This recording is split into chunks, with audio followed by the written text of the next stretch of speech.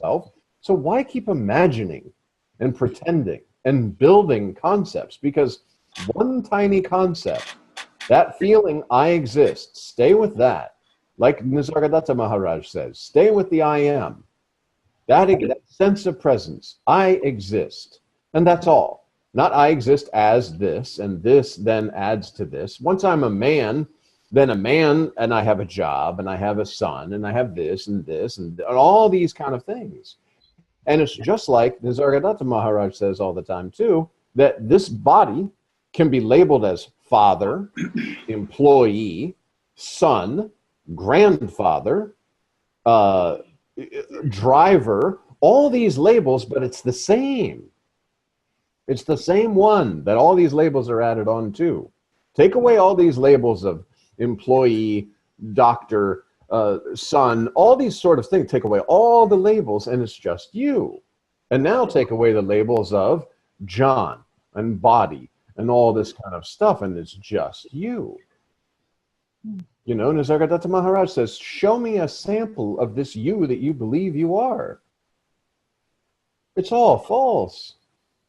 You know, I had this the thought the other morning that, you know, the whole projection, everything is just like one big fat concept.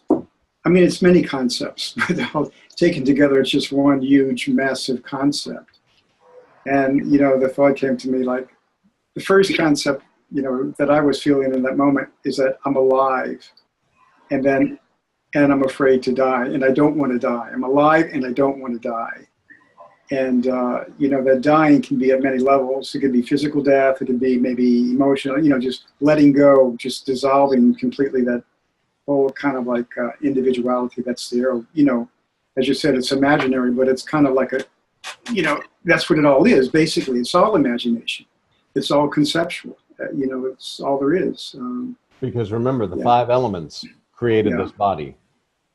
This body is nothing more than the goo. Like they talk about, you know, the man and the woman got together, they created this goo. This goo started to form, all the five elements came into this goo, and it started to form. The body belongs to the five elements. There is a sense of I am that then attaches to this body. The parents gave this body a label, and you recognize, and then the world is suddenly through the idea of you being in this body with this name. And then you do good things and you do bad things, and people say, good job, John, bad job, John, don't do this, don't do that. But you're identifying more and more and more deeply. And remember, just one concept and thousands of concepts appear. And as you're growing in this form, believing that yourself is this form, then you're kind of taught that you should learn.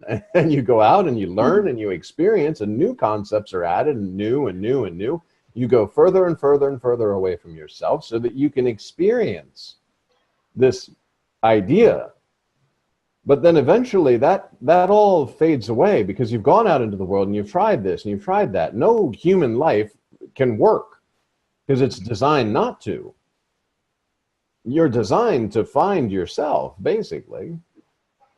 All this is illusion, and you'll see this. Everything that's been added on to you is just not. Going back to the original thing, this body belongs to the five elements. It came from the five elements. It's going to dissolve within the five elements. But the holder of the body is this that you are. This knowingness, this knowledge, this formless knowledge that somehow believes itself in form, and once it believes itself in form, sees other forms and is constantly filling all the other forms to create a world that it can live in, and seeing everything through the perspective of this selfish little self.